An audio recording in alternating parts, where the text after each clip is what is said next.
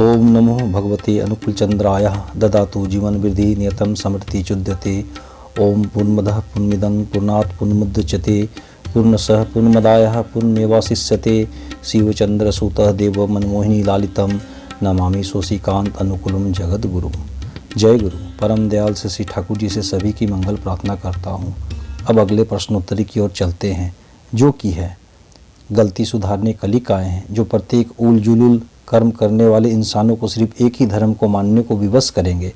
परम प्रेम युग पुरुषोत्तम से श्री ठाकुर अनुकूलचंद जी वाणी में कहते हैं, स्मरण रखना सभी असत को करना होगा सुनिरोध, मिटा करके चुका करके सब जीवन का जो विरोध। परम दयाल से श्री ठाकुर जी के एक और वाणी को रख रहा हूँ, जिससे समझा जा सके कि समाज देश दुनिया में एकजुटता, भाईचारा, प्रेम, आपसी सहयोग कैसे स्थापित हो सके। इस वाणी के मर्म को समझने मात्र से ही अनेक दुविधाओं एवं शंकाओं का समाधान मिलेगा। एक प्राणता के ममत्व में हो परस्पर का समावेश, दृढ़ अटूट होने से ही जानो एक सूत्र में बंधेगा देश। उपरोक्त प्रश्न का समाधान यह है कि कैसे एक आदर्श जीवंत भगवान सदगुरु पुरुषोत्तम के शरण में जाने से ही सभी समस्याओं से मुक्ति मिलेगा, आपसी प्रेम भाईचारा बढ़ेगा। व्यक्ति, समाज, देश दुनिया में हर पल कितने अच्छे बुरे कर्म हो रहे हैं। इसी धारा में बहते हुए हम लोगों से जाने अनजाने कितने अपराध हो जाते हैं, फिर भी ईश्वर के क्षमा का कोई अंत नहीं है। परमपिता तो सर्वदा सुयोग देते हैं जिससे हम उनके पथ पर ठीक से चले।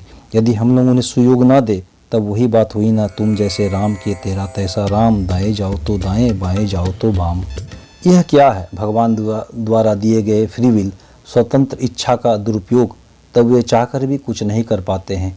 अच्छा बुरा जो भी क्यों ना रहे जीवन में, यदि आत्मचिंतन एवं आत्ममंथन नहीं रहे तो आत्मनियंत्रण एवं आत्मसंशोधन कैसे कर पाएंगे हम।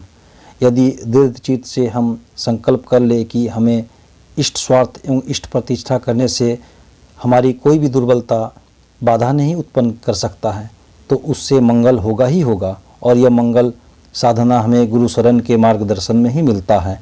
ठाकुर जी भाववाणी में कह रहे हैं, तुमी ताय आमी आमी आमी आमी, तुई पालाबी कोथाय रे पालाबी कोथाय, बेस बाबा शोक्तो जलर हाथे पड़ेছে, आस्ते হয় आस ना होले चले जाओ, তোমার যাহা করা তোমার টুকু আর কেউ করবে না, you must finish your case, এবার না করে আবার ঘুরে আসতে হবে। हिंदी भावार्थ है, तुम हो इसलिए मैं हूँ, मैं, तुम भागोगे कहाँ रे, भागोगे कहाँ। अच्छा बच्चे सख्त जेलर के हाथ में पड़े हो, आना है आओ, नहीं होता है तो चले जाओ। तुम्हारा जो कुछ करना है वह दूसरा कोई नहीं कर देगा, तुम्हारा केस तुम्हें ही खत्म करना है। इस बार नहीं करोगे तो फिर घूम फिर कर आना पड़ेगा। गलती सुधारने का जो वे मौका दे रहे हैं वह सु के साथ योग स्थापित करने के निमित्त दे रहे हैं, और वह सु अर्थात सद्गुरु है, ईश्वर के शरीरमूत साकार स्वरूप सद्गुरु पुरुषोत्तम। ग्लानि का रिफॉर्म संस्कार करने के लिए ही तो भगवान पृथ्वी पर आते रहे हैं युगों युगों से। जैसे द्वापर युग में भगवान श्री कृष्ण, त्रेता युग में श्री राम, भगवान श्री कृष्ण लीला पुरुषोत्तम के रूप में आए, श्री रामचंद्र जी मर्यादा पुरुषोत्तम के रूप में आए। इसी तरह युग के समस्याओं के समाधान के लिए युग पुरुषोत्तम श्री ठाकुर अनुकूलचंद जी आए। शंख चक्री आज भी नारायण जन्म लेते हैं धर्म संस्थापन। युग के हैं जो सर्वपूर्णी, वहीं से आती विधि की वाणी। वे जिस सृष्टि कर जाते हैं वो अवस्था कई हजार वर्षों तक ईजी फ्लो ऑफ लाइफ, जीवन की स्वच्छंद गति बहती रहती है। यह अटल सत्य है। वे उद्घोष करते हैं आत्मा की शुद्धता एवं पवित्रता को बनाए रखने का।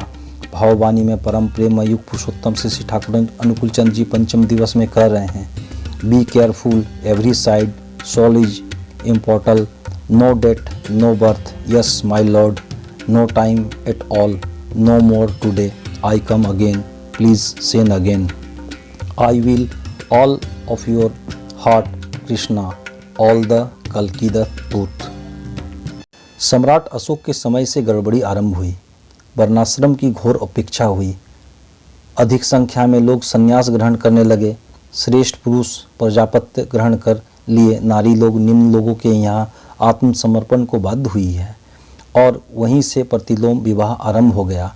प्रतिलोम विवाह समाज में जितना अधिक होगा वहाँ प्रजा राष्ट्र ध्वंस होगा ही। वाणी में भी है, श्री ठाकुर जी कहते हैं, प्रतिलोम से कु का जन्म, राष्ट्र समाज जाति का यम। सभी को जो एक धर्म मानने को विवश करेंगे भगवान श्री कल्कि, तो पहले यह जान समझ लेना आवश्यक है कि धर्म है क्या, जो प्रत्येक को मानने के लिए बाध्य होना पड़ता है, अन्यथा उसकी दुर्गति निश्चित रूप से होती है।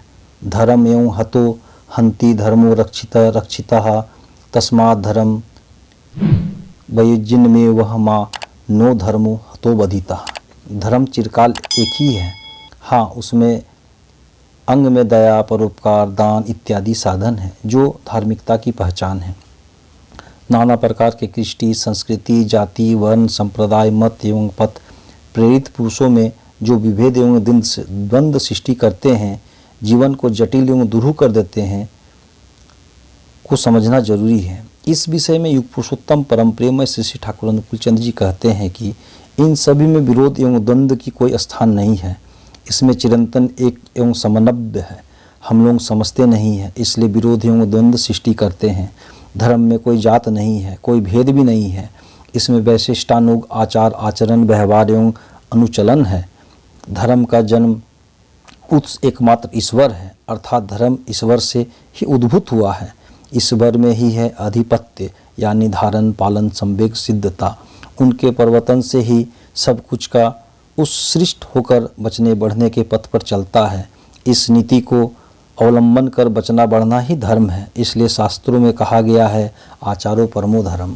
प्रकृति के पथ है, परम पथ है अवतार पुरुष। वे नरदेह धारण कर स्वयं अपने जीवन में करनी एवं आचरण से मनुष्यों के अंदर बचने बढ़ने की संस्कृति सुसंस्कृत कर उद्दीप्त एवं उद्बुद्ध करते हैं।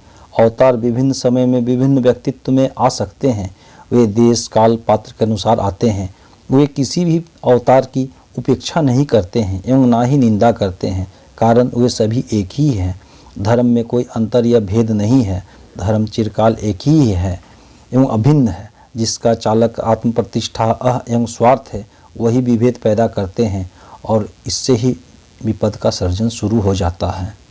तो देखे, बाद कहने से एक ही बात है, जो है सत्यवाद, बचने और बढ़ने का बाद, और जिनका कथनी करनी, आचार आचरण इसके विपरीत है, वही इसमें विवाद सृष्टि करते हैं, लड़ाकर रोटी सेकते हैं।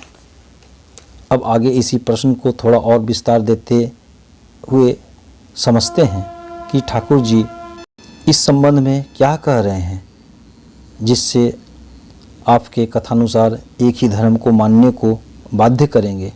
प्रश्नकर्ता प्रश्न करते हुए पूछते हैं, कलयुग का शेष में महाप्रलय होगा, तब सभी कुछ एकाकार हो जाएगा, इसका अर्थ क्या है? तब श्री ठाकुर जी कहते हैं, कलयुग का अर्थ मेरे समझ से यदि सुनना चाहते हैं, जब मनुष्य हिसाब निकास करके बिकोमिंग प्रयासी होकर एकत्र मिलित होकर मिलते हैं, उसे ही कलयुग कहते हैं। युग का अर्थ है मेला या मिलित होना।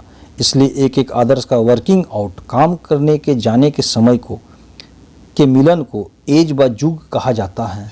कलयुग बचने बढ़ने का प्रयासी युग है। इसके बाद आता है सतयुग। इसमें बचने बढ़ने में उपनीत होता है मनुष्य। श्रीमद् जयदेव कृत दशावतार सस्रोत में कलिक स्तव में है, मलेच्छ निवह निधने कलियासी करवालम, धूमकेतुमिव कमापी करालम, केशव धृत कलिक शरीर जय जगदीश हरे। मलेच्छ अर्थ क्या है?